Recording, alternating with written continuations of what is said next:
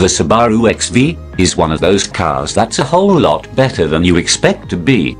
On paper, it could be viewed as being expensive, slow and inefficient, but it's only when you spend time behind the wheel that you start to understand the deeper-seated quality of this oddball crossover.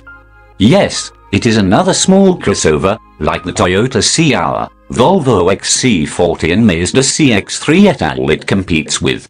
But hold your horses, because Subaru is capable of crossing over rather adeptly properly. Especially if you're testing it a little more sternly than regular trips to Tesco and back. After all, 87% of Subaru's European sales are of SUVs, and it's been building them since the original Outback was launched back in 1995. In fact, it sells roughly twice as many four-wheel drive vehicles as Jaguar Land Rover worldwide. What's new? The recipe here hasn't changed much over the previous XV, which is a rare sight on our roads. It's still powered by a flat-4 engine feeding not much torque through a stepped CVT permanently to all four wheels. This time around you've got a choice of 1.6 or 2.0 petrols to choose from, and no diesel in sight. Naturally, we're trying the more powerful version.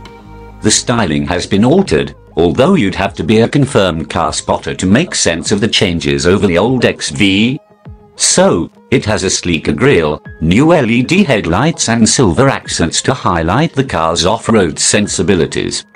In fact, while it might look more evolution than revolution, this is a completely new car from the ground up to make use of the new platform.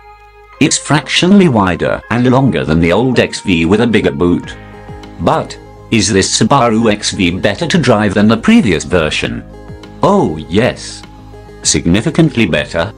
And we can say that unequivocally because we tested them both back to back, at speed, on a deserted airfield, and then in a muddy quagmire for good measure.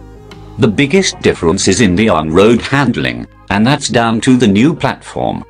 Body roll has been mitigated impressively thanks to a lower center of gravity, lighter, stiffer monocoque, and a new stabilizer bar at the rear. The latter point is the most important, as it connects directly to the body instead of the subframe as before, thus eradicating most of the excess movement.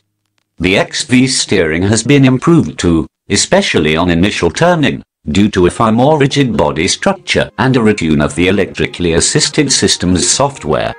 There's still no real feedback in the traditional sense, but it's sharp and accurate enough to be enjoyable on a set of icy kickens. Another major improvement we noticed during quick driving the power delivery, or more precisely, the gearbox's response. In our quest for a bit of sideways action, old school Scooby style, a long right-hander showed a stark difference in drivetrain performance between old and new XVs. The former didn't serve up nearly enough torque early enough to trouble the symmetrical all-wheel drive system when we wanted to, whereas the latter offered poke almost immediately, with the associated corrective action required. The result? Sideways on snow, and balanced, neutral sliding otherwise. It's not tail-happy in any way, but feels solid and manageable. Some rival cars with haul decks have a tendency to understeer with real commitment, but not here. This less than scientific dynamic test had us thinking this could be one of our favorite CVT transmission setups. And that's because this stepped transmission does a very good job of impersonating a torque converter auto in most circumstances, as is the fashion with so many CVT-equipped cars these days.